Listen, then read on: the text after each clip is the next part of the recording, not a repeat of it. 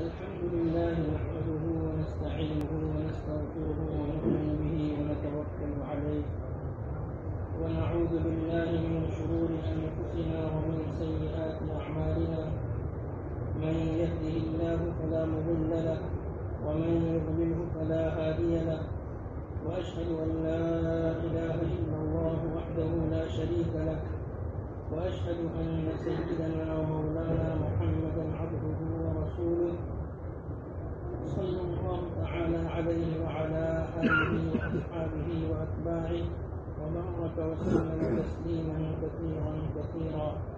أما بعد، أعوذ بالله من الشيطان الرجيم. بسم الله الرحمن الرحيم. والذين يكنزون الذهب والفضة ولا ينفقونها في سبيل الله فبشرهم بعذاب أليم يوم يحمى عليها في نار جهنم فتكوى بها جباههم وجنوبهم وظهورهم هذا ما كنزتم لأنفسكم فذوقوا ما كنتم تكنزون. صدق الله العظيم.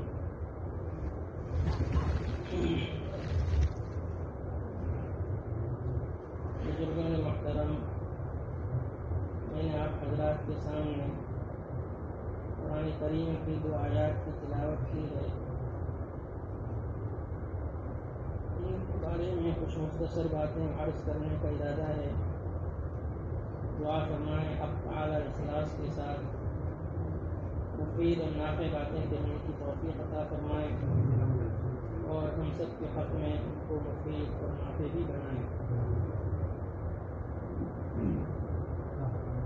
آج 29 رمضان مبارک ہے. عشرہ اخیرہ کی طاق رات ہے. اس میں شب قدر کا احتمال ہے اور ہو سکتا ہے یہ رمضان کی آخری رات ہو اور آئندہ کل رمضان کا آخری دن ہو. یعنی ہمارے پاس تقریباً 16 یا 18 گھنٹے رہ گئے. ویسے جو لوگ چاند کا حساب رکھتے ہیں ان کا تو یہ کہنا ہے کہ اس مرتبہ انشاءاللہ رمضان کے 30 روزے ہوں گے، لیکن وہ کوئی حتمی چیز نہیں. احتمال اور امکان بھی ہے کہ آج کا دن اور آج کی رات رمضان کی آخری رات ہو اور آخری دن ہو. اس لیے ہمیں اس کو خوب وصول کرنے کی ضرورت ہے. دعا درود کا اہتمام کرنے کی ضرورت ہے. اللہ تعالیٰ سے اپنی مغفرت طلب کرنے کی ضرورت ہے. اللہ تعالیٰ ہمیں اس کی توفیق عطا فرمائے. میں نے جس آیت کریمہ کو تلاوت کیا اس میں اللہ تبارک و تعالیٰ نے ان لوگوں کے لیے وعید بیان فرمائی ہے جو مال کے حقوق واجبہ ادا نہیں کرتے، زکوٰۃ ادا نہیں کرتے، صدقہ واجب ادا نہیں کرتے، یا اور جو ان کے ذمے واجب حقوق ہیں بیوی بچوں کے ان میں کمی کوتاہی کرتے ہیں. ویسے یہ آیت کریمہ اہل کتاب کے بارے میں نازل ہوئی ہے. ان کے علماء اور ان کے مشائخ کے بارے میں نازل ہوئی ہے جو غلط طریقے سے مال کھاتے تھے، رشوت لیتے تھے، آیات میں تحریف کرتے تھے، ان میں رد و بدل کرتے تھے. لیکن حضرات مفسرین فرماتے ہیں کہ آیت کا مفہوم عام ہے. اگرچہ اس میں خطاب اور اس میں بیان علماء اہل کتاب اور اہل کتاب کے مشائخ کا ہے، لیکن اس امت کے وہ لوگ جو مال کے حقوق میں کوتاہی کرتے ہیں وہ بھی اس وعید شدید کا مصداق ہے.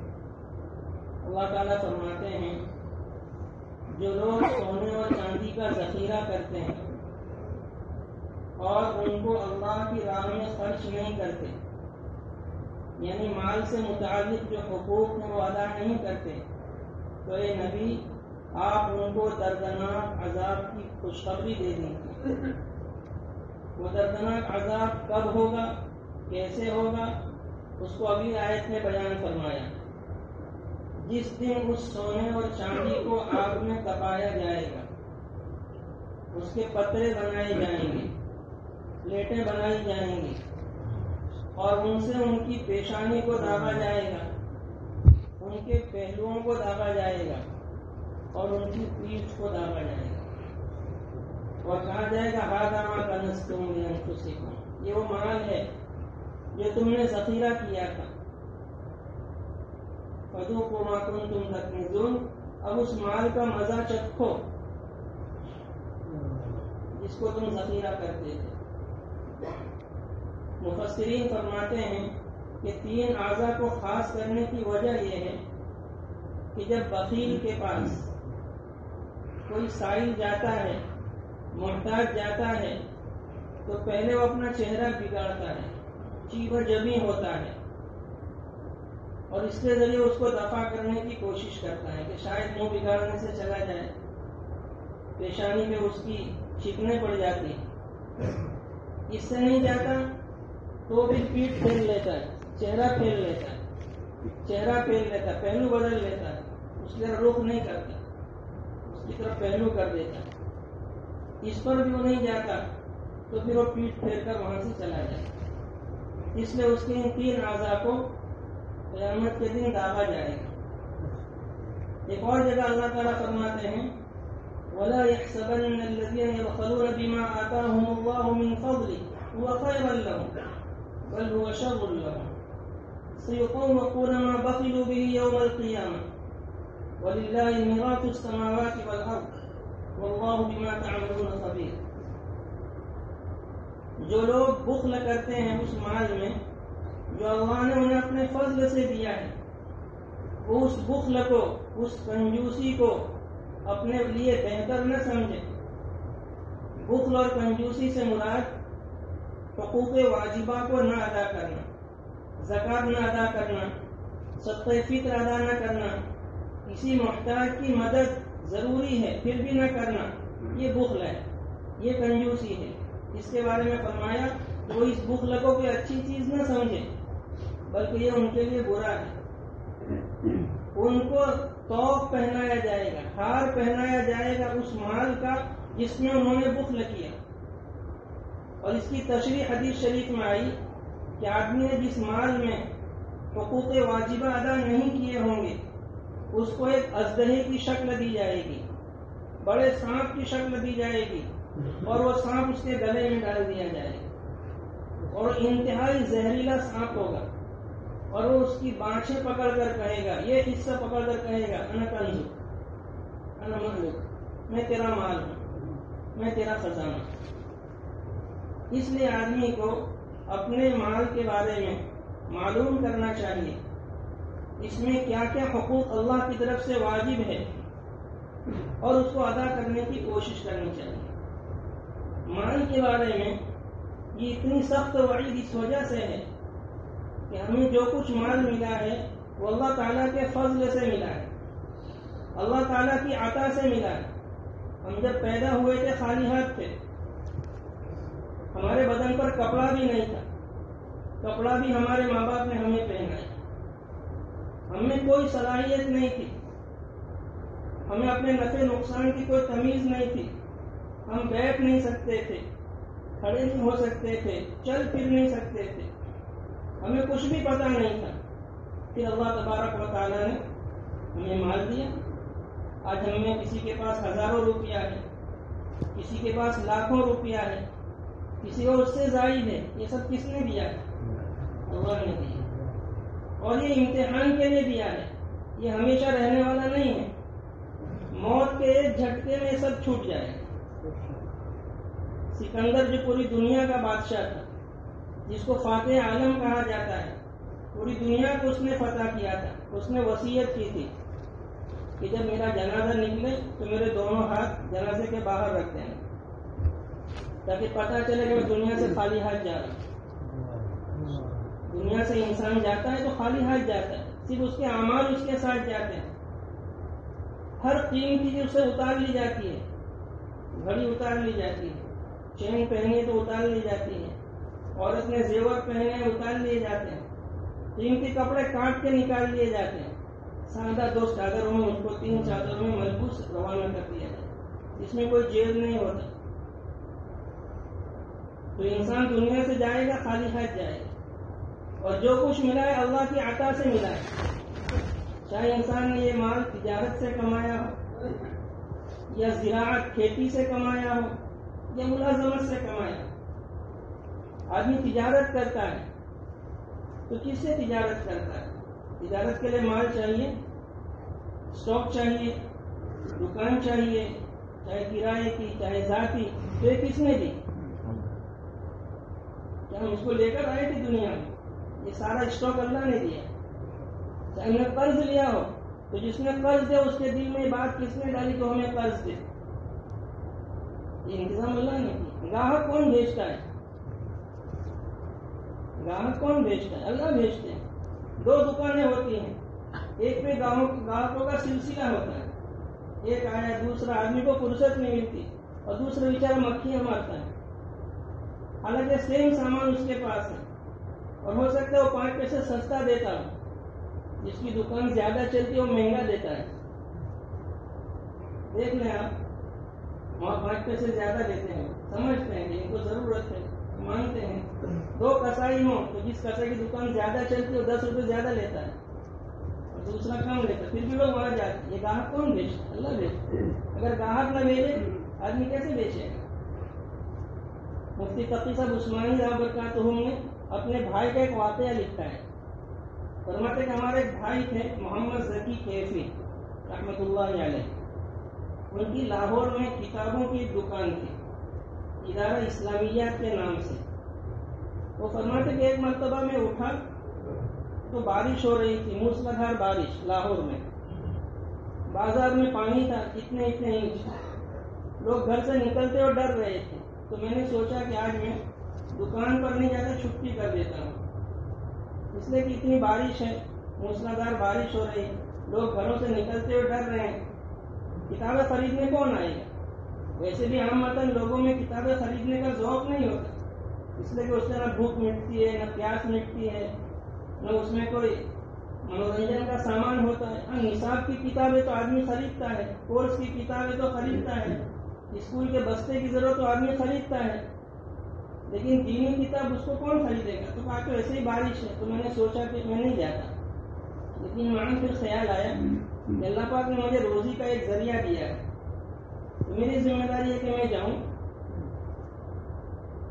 اللہ نے مجھے ذریعہ دیا ہے روزی کا دکان کی صورت میں، تو مجھے اس کو کھولنا ہے، چاہے بارش ہو چاہے کچھ بھی ہو. چنانچہ میں گیا اتنے پانی میں، اور دل میں یہ تھا کہ آج دکان میں بیٹھ کے تلاوت کریں گے، اس لیے گاہک تو کوئی آئے گا نہیں.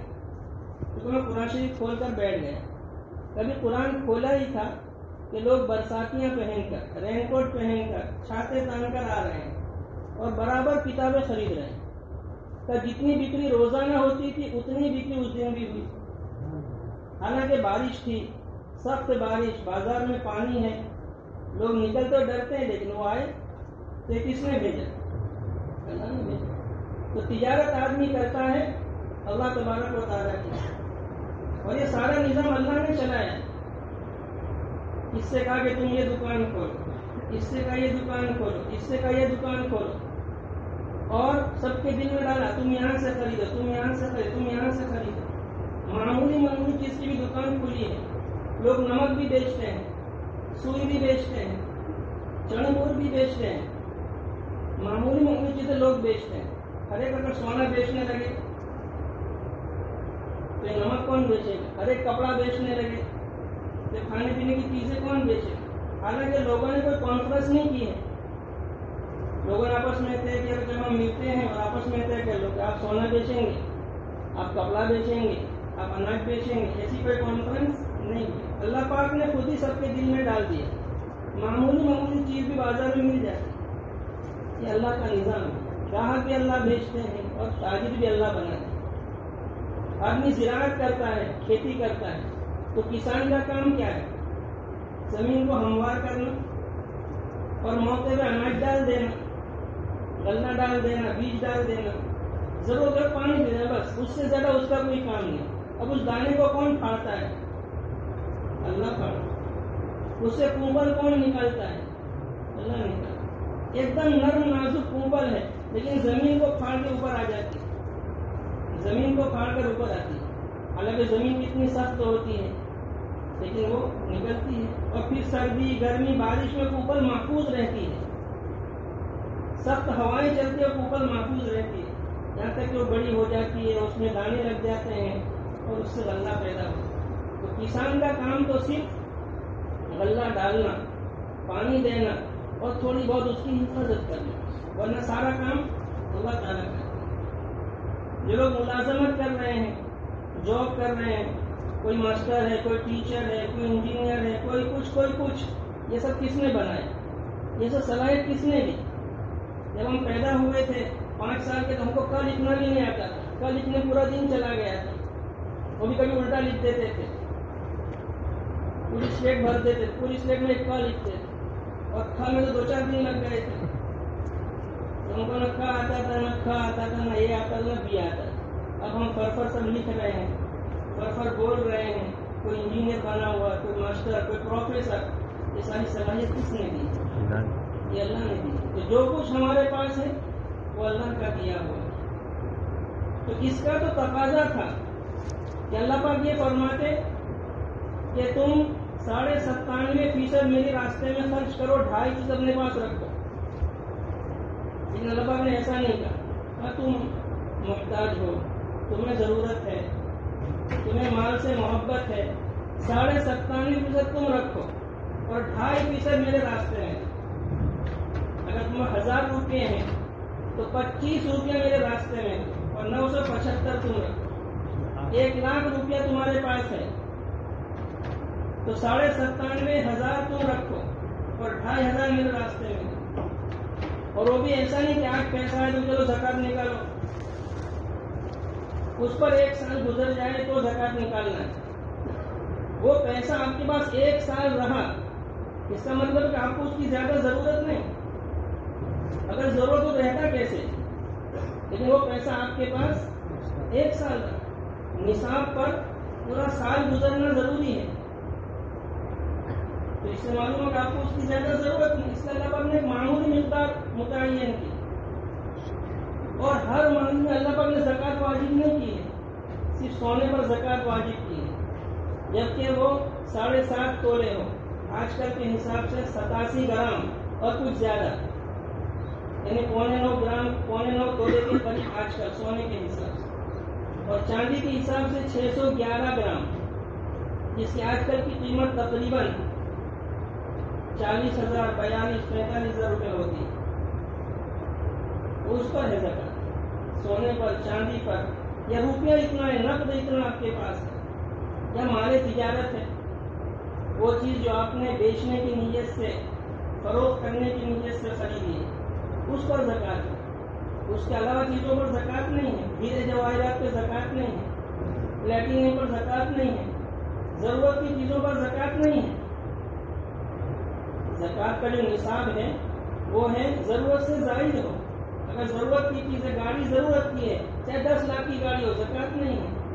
بنگلہ ضرورت کا, چاہے 20 لاکھ کا ہو, اس پر زکات نہیں ہے. ضرورت کی جتنی ان پر کوئی زکات نہیں, ضرورت سے زائد ہے. اور اس پر 1 سال گزر گیا ہے اور وہ آپ کے پاس محفوظ رہا, تب اللہ تبارک و تعالیٰ نے زکات کو فرض کیا ہے. تو زکات کی مقدار بہت معمولی, اور وہ بھی 1 سال گزرنے کے بعد, اور وہ بھی جبکہ پورا سال آپ کے پاس باقی رہے, اور بہت انتہائی معمولی مقدار. اس لیے ہمیں زکات کے ادا کرنے کا اہتمام کرنا چاہیے. بعض لوگوں کو تو مال سے اتنی محبت ہوتی ہے کہ وہ زکات ادا ہی نہیں کرتے. ہمارے پورا نہیں ہوتا, زکات کہاں دیں گے. اور جو لوگ ادا کرتے ہیں وہ پورا حساب لگا کر زکات نہیں دیتے, جس کی وجہ سے اندیشہ اس بات کا کہ زکات کا مزہ ہو. اس لیے اگر مال تجارت ہے تو آدمی کو چاہیے کہ پورے تجارت کے مال کا حساب لگائے, پورے اسٹاک کو چیک کرے. البتہ اتنی سہولت ہے کہ اس میں ریٹیل پرائز پر زکات نہیں ہے, ہول سیل قیمت پر زکات ہے. اور اس میں بھی یہ سہولت ہے اگر یہ پورا اسٹاک 1 ساتھ بازار میں بیچنا ہو تو کتنی قیمت آئے گی, ایسا اندازہ لگا کر بھی آدمی زکات دے سکتا ہے. لیکن پورے مال کو دیکھنا, چیک کرنا, اس کی قیمت کا حساب لگانا ضروری ہے تاکہ پوری زکات ادا ہو. اگر زکوٰۃ کا 1 روپیہ بھی بچ گیا تو اندیشہ اس بات کا ہے کہ وہ اصل مال کو ہلاک کر دے گا. اس لیے کہ حدیث شریف میں آتا ہے جس مال کے ساتھ زکوٰۃ کا مال مل جاتا ہے وہ اصل مال کو بھی ہلاک کر دیتا ہے. بر اور بحر میں، تری اور خشکی میں جہاں بھی کوئی مال ہلاک ہوتا ہے وہ زکوٰۃ کو روکنے کی وجہ سے ہلاک ہوتا ہے. ہمیں انداز نہیں ہوتا کہ ہم نے کہاں کمی کی ہے، کہاں کوتاہی کی ہے. اس لیے ہمیں زکوٰۃ کا حساب لگا کر ادا کرنا چاہیے. جو شیئر خریدتے ہیں ہم، اس پر بھی زکوٰۃ ہے. بیچنے کی نیت سے زمین خریدتے ہیں، بیچنے کے لیے سے پلاٹ خریدتے ہیں، اس پر بھی زکوٰۃ ہے.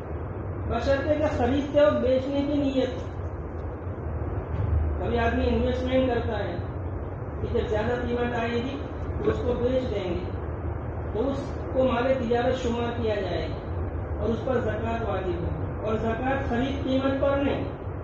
آج کل جو اس کی مارکیٹ ہے، مارکیٹ ویلیو ہے، اس کے اوپر زکوٰۃ واجب ہوگی. ہم نے 10 لاکھ کا پلاٹ خریدا، آج اس کی قیمت 15 لاکھ ہے تو 15 لاکھ کے اعتبار سے زکوٰۃ واجب ہوگی. ہاں، اگر کسی نے پلاٹ خریدا لیکن نیت یہ ہے کہ اس پر گھر بنائیں گے، اس کو بیچنا نہیں ہے تو اس پر زکوٰۃ نہیں.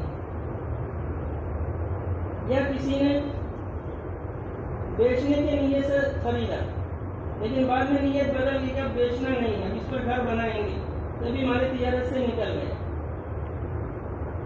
یا خریدا تھا اپنی ضرورت کے لیے، مکان بنانے کے لیے، مکان بنائیں گے، لیکن بعد میں نیت بدل کر بیچ دیں گے تو اس پر بھی زکوٰۃ واجب نہیں جب تک بیچے گا نہیں. اللہ تبارک و تعالیٰ اتنی سہولتیں رکھی اور بھی زکوٰۃ پر بے شمار فائدے ہیں. حالانکہ اللہ تبارک و تعالیٰ بہت معمولی مقدار ہم پر واجب کی تھی. اس کا تقاضا یہ تھا کہ کوئی چیز واجب نہ، کوئی چیز نہ ملتی، کوئی فائدہ نہ ہوتا تب بھی ہمیں زکوٰۃ ادا کرنا چاہیے تھی، لیکن اس میں فائدے ہیں. اللہ تعالیٰ فرماتے ہیں یمحق اللہ الربا ویربی الصدقات. اللہ تعالیٰ سود کو مٹاتے ہیں اور صدقات کو بڑھاتے ہیں. دنیا میں بھی بڑھاتے ہیں اور آخرت میں بھی بڑھاتے ہیں. آخرت میں اس کے اجر و ثواب کو بڑھاتے ہیں. حدیث شریف میں آتا ہے جو آدمی اخلاص کے ساتھ صدقہ کرتا ہے اللہ تعالیٰ اس کے صدقے کو ایسے بڑھاتے ہیں جیسے تم اپنے بچھڑے کو بڑھاتے ہو، جیسے گھوڑے کے بچے کو بڑھاتے ہو، اس کی پرورش کرتے ہو، پالتے ہو. یہاں تک کہ اگر کھجور کے برابر صدقہ کیا ہے تو بڑھتے بڑھتے احد پہاڑ کے برابر ہو جاتا ہے، بشرطے کہ اس نے اخلاص کے ساتھ صدقہ کیا اور اس میں سے برکت ہوتی ہے. بظاہر صدقے کی وجہ سے ایسا لگتا ہے مال کم ہو گیا، لیکن واقع میں کم نہیں ہوتا. جتنا مال اس نے راہ خدا میں خرچ کیا ہے اللہ اس سے زیادہ اس کو دے دیتے. یہ اور بات ہے کہ کہہ کر نہیں دیتے کہ وہ تم نے صدقہ کیا تھا، زکوٰۃ دی تھی، اس کا یہ بدلہ ہے. آدمی سمجھتا ہے کہ میں نے سودا کیا ہے، میں نے کمایا ہے، حالانکہ وہ اللہ کی طرف سے کسی صدقے کی برکت ہوتی ہے، اللہ کے راستے میں خرچ کرنے کی برکت ہوتی ہے. اور برکت کا ایک مفہوم اور بھی ہے کہ تھوڑے سے مال میں کام زیادہ چلے. برکت کا مطلب نہیں کہ گنتی میں بڑھ جائے، مال کم ہو لیکن کام زیادہ نکلے. مثال کے طور پر آدمی نے دن بھر مال کمایا اور گھر گیا تو پتہ چلا بچہ بیمار ہے. ڈاکٹر کے وہاں گئے، اس نے کہا یہ رپورٹ کراؤ، وہ رپورٹ کراؤ، یہ چیک کراؤ، وہ چیک کراؤ، یہ دوائی وہ دوائی، سارا پیسہ خرچ ہو گیا. تو اس تم میں برکت نہیں ہوئی. پیسہ تو آیا 3000 5000 لیکن برکت نہیں ہوئی. پیٹ میں درد ہو گئے، جو کھایا تھا دست ہو گئے، بیمار ہو گئے، تو برکت نہیں. برکت کا مفہوم آدمی اس سے کوئی چیز خریدے اور وہ برسوں تک چلے. لوٹا خریدا آپ نے اور 10 سال تک چلتا رہا، تولیہ خریدا اور وہ برسوں چلتا رہا، بائک خریدی وہ سالوں تک چلتی رہی. یہ برکت ہے. یعنی ایک چیز آدمی خریدے اور اس کو استعمال کرے.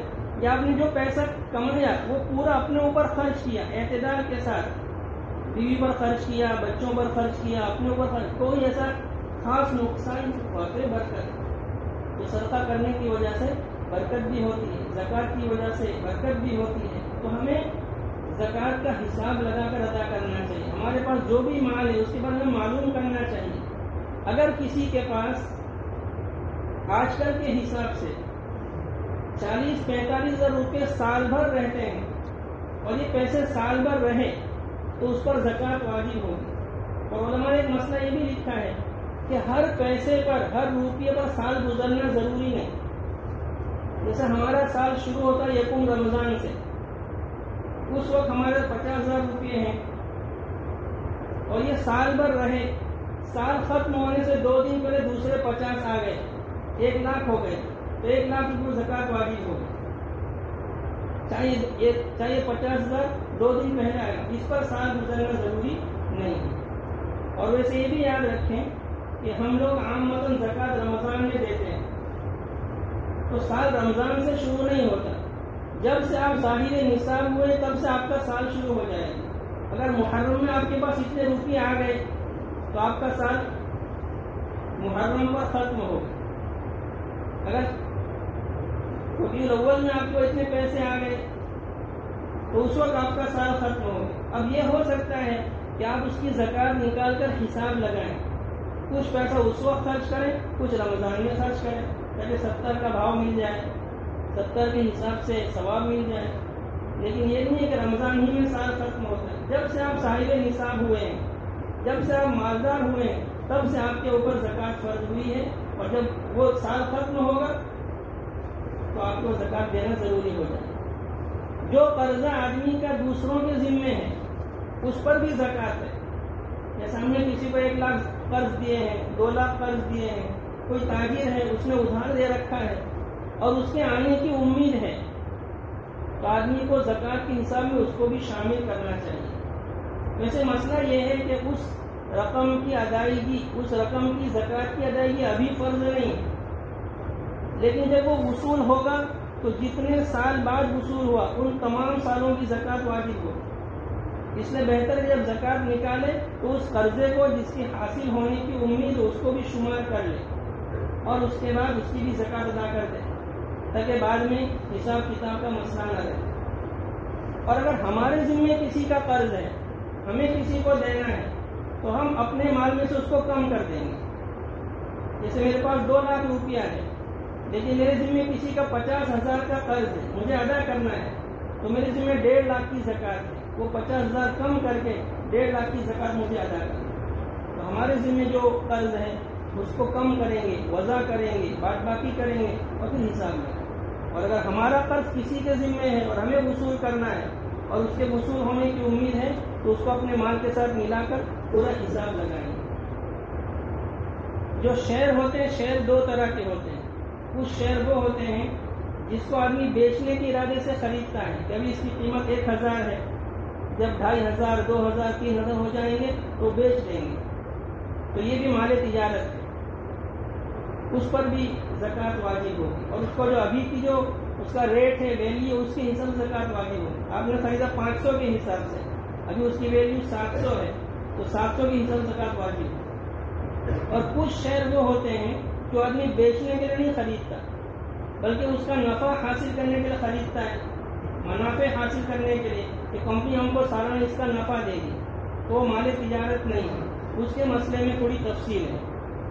اس میں کمپنی کا جو مال ہے وہ معلوم کیا جائے گا. کمپنی کے پاس جو پراپرٹی وہ کیسی ہے، جامد پراپرٹی ہے یعنی بیچنے کے قابل نہیں، جیسے بلڈنگ ہے، کار ہے، دوسرا سامان ہے، تو اس پر زکوٰۃ واجب نہیں. اور اگر اس کے پاس جو غیر جامد اثاثہ ہے جیسے خام مال ہے، بیچنے کا مال ہے اور دوسرا نقد روپیہ ہے، تو ایک کمپنی سے معلوم کیا جائے گا کہ آپ کے مال میں، آپ کی جو پراپرٹی ہے اس میں کتنا مال جامد ہے جو بیچنے کے قابل نہیں اور کتنا غیر جامد. اگر وہ کہے کہ ہمارے پاس 60% غیر جامد ہے یہ بیچنے والا ہے اور 40% جامد ہے بیچنے والا نہیں، تو اس شیئر کی 60% قیمت پر زکوٰۃ واجب ہوگی، 40 پر واجب نہیں ہوگی. اس میں تھوڑی تفصیل ہے.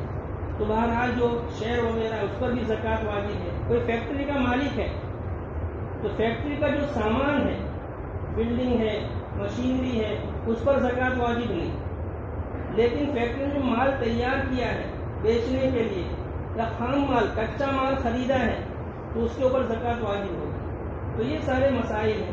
کسی کے پاس گاڑی ہے جو کرائے پر چلتی ہے تو اس پر زکوٰۃ واجب نہیں ہے.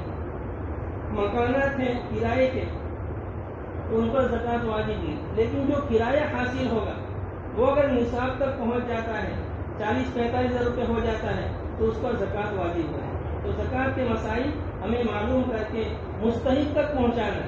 ایک مسئلہ یہ بھی ہے کہ آدمی زکوٰۃ کو مستحق تک پہنچائے، یہ نہیں کہ دروازے پر جو آیا اس کو دے دیا. بہت سے فقیر ایسے ہوتے ہیں خود صاحب نصاب ہوتے ہیں. اس لیے بہتر یہ کہ آدمی اپنی جان پہچان والوں کو زکوٰۃ دے، اور اس میں بھی رشتہ داروں کو زکوٰۃ دے. دو قسم کے رشتہ داروں کو زکوٰۃ نہیں دے سکتے: جن سے ہمارا ولادت کا رشتہ ہے، پیدائش کا، جیسے باپ بیٹے کو زکوٰۃ نہیں دے سکتا، بیٹا باپ کو زکوٰۃ نہیں دے سکتا. یا جن سے ہمارا نکاح کا رشتہ ہے، شوہر بیوی کو زکوٰۃ نہیں دے سکتا، بیوی شوہر کو زکوٰۃ نہیں دے سکتی. ان دو کے علاوہ جتنے رشتے ہیں، بھائی بھائی کو زکوٰۃ دے سکتا ہے، بھائی بہن کو زکوٰۃ دے سکتا ہے، ماموں کو زکوٰۃ دے سکتا ہے، ماموں بھانجے کو دے سکتا ہے، چچا، خالہ، خالو، یہ سب جو رشتے ہیں ان میں زکوٰۃ دی جا سکتی ہے. حدیث شریف میں اس کی فضیلت آئی ہے. اگر آدمی اپنے رشتہ داروں کو صدقہ دے گا، زکوٰۃ دے گا، اس کو 2 ثواب ملیں گے: ایک صدقہ کرنے کا اور دوسرے صلہ رحمی کرنے کا. میمونہ رضی اللہ تعالی عنہا کے پاس ایک باندھی تھی، وہ انہوں نے اللہ کے راستے میں صدقہ کر دی. آپ تشریف لائے، نبی صلی اللہ علیہ وسلم تشریف لائے، تو باندھی کیا ہوئی تمہاری؟ تو تم نے راہ خدا میں خرچ کر دی. تو اگر تم نے تمہارے ماموں کو نہ دے دی، اگر تم اپنے ماموں کو دیتی تمہیں 2 ثواب ملتے: ایک صدقے کا ثواب ملتا اور دوسرے صلہ رحمی کا ثواب ملتا. تو بہتر یہ ہے کہ آدمی جان پہچان والوں کو صدقہ دے، رشتہ داروں کو صدقہ دے، تاکہ صحیح مصرف میں صدقہ خرچ ہو. علماء یہ بھی لکھتے ہیں کہ عامتاً عورتوں کے پاس کچھ نہ کچھ زیور ہوتا ہی ہے. اگر کسی عورت کے پاس 1 تولہ سونا ہے اور کچھ چاندی، تو یہ صاحب نصاب ہے، اس کو زکوٰۃ نہیں دے سکتی. 1 تولہ سونا ہے اور کچھ روپیے ہیں، 10-20 روپیے، سال بھر اس کے پاس اتنے روپیے رہے، تب اس عورت کو زکوٰۃ نہیں دے سکتی. عورتوں پہ اکثر زکوٰۃ بھی واجب ہوتی ہے، قربانی بھی واجب ہوتی ہے، اس لیے کہ بچپن ہی سے ان کو سونے چاندی کا عادی بنایا جاتا ہے. جہاں پیدائش ہوئی تو کوئی چاندی کا زیور دیتا ہے، کوئی سونے کا زیور دیتا ہے. اس کی وجہ سے عورتوں کے پاس اکثر کچھ نہ کچھ سونا ہوتا ہی ہے. تو اگر اس کے پاس سونا ہوگا اس کو زکوٰۃ نہیں دے سکتے. تو ہم معلوم کریں یہ مستحق ہیں کہ نہیں. بیوہ کو زکوٰۃ دے سکتے ہیں. شادی کا جو سونا ہوتا ہے جی، البتہ شادی پر جو سونا دیا جاتا ہے وہ اکثر و بیشتر مرد کا ہوتا ہے، یعنی وہ عاریت کے لیے عورت کو دیتے ہیں کہ تم استعمال کرو. عورت اس کی مالک نہیں ہوتی. ہاں، اس کو جو سونا اس کے ماں باپ نے دیا ہے یا جو سونا مہر میں دیا گیا ہے، بہت سی جگہوں پر مہر میں سونا لکھوا دیتے ہیں، تو یہ سونا تو اس کا ہے. لیکن ہمارے جس کو چڑھانا کہتے ہیں 5 تولہ 10 تولہ، تو اصل میں مرد کا ہوتا ہے، عورت کا نہیں ہوتا. بیوہ کو زکوٰۃ دے سکتے ہیں بشرطے کہ وہ مستحق ہو، یعنی کہ جو بھی بیوہ اس کو زکوٰۃ دو. معلوم کرنا چاہیے کہیں ایسا تو نہیں اس کے شوہر نے کوئی پراپرٹی چھوڑی ہو، کچھ پیسہ چھوڑا ہو. اگر کسی کے پاس ضرورت سے زائد سامان ہے تو اس کو بھی زکوٰۃ نہیں دے سکتے. جیسے کسی پر 2 گاڑیاں ہیں تو ایک گاڑی تو ضرورت میں ہے اور ایک ضرورت کے بغیر ہے. اب یہ گاڑی اگر 40,000 کی ہے تو اس پر زکوٰۃ تو واجب نہیں ہے، لیکن یہ زکوٰۃ لے بھی نہیں سکتے. کسی کا ٹی وی ہے، 2 موبائل ہیں، ایک 20,000 کا ہے اور دوسرا کچھ اور بھی مال ہے. ایک تو ضرورت ہے موبائل، دوسرا ضرورت سے زائد ہے. تو اگر کسی کے پاس جو صاحب نصاب نہیں ہے اس پر زکوٰۃ واجب نہیں، لیکن اس کے پاس ضرورت سے زائد سامان اتنا ہے جو نصاب کی مقدار کو پہنچ جاتا ہے 40-45 ہزار روپے، تو اس کو زکوٰۃ نہیں دے سکتے. یہی حال یتیم کا ہے. کبھی یتیم مالدار ہوتا ہے، اس کے باپ نے کچھ مال چھوڑا ہوتا ہے، اس کے پاس پراپرٹی ہوتی ہے، اس کے پاس دوسری چیزیں ہوتی ہیں، تو ہمیں معلوم کر کے زکوٰۃ دینا چاہیے تاکہ صحیح معنی میں ہماری زکوٰۃ ادا ہو. اس لیے کہ زکوٰۃ نکالنے کا حکم نہیں، زکوٰۃ دینے کا حکم ہے، اور زکوٰۃ کے باقاعدہ مصرف بیان ہوئے ہیں، کہاں کہاں زکوٰۃ دینا ہے. اس لیے ہمیں ان سب چیزوں کا اہتمام کرنے کی ضرورت ہے. ہم بٹھے والے ہیں، ہمارے پاس اینٹیں ہیں، بیچنے کی اینٹیں ہیں، کچی اینٹیں ہیں، اس میں معلوم کرنا چاہیے. مطلب ہے کہ جس کے پاس جس لائن کا مال ہے اس کے علماء سے تعلق کر کے، مفتیان کرام سے معلوم کر کے اس کا پورا حساب لگانا چاہیے. اور زکوٰۃ دینے سے ڈرنا نہیں چاہیے.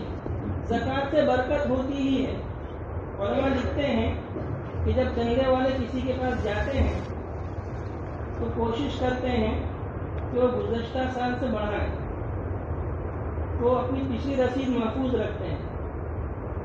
اگر 500 دیے تو کوشش کرتے ہیں 1000 کرانے کی، 500 تو لیتے ہی، آپ نے 500 دیے تھے، اور بہت سی مدد بڑھانے کی کوشش کرتے ہیں اور بہت سے لوگ بڑھا بھی دیتے ہیں۔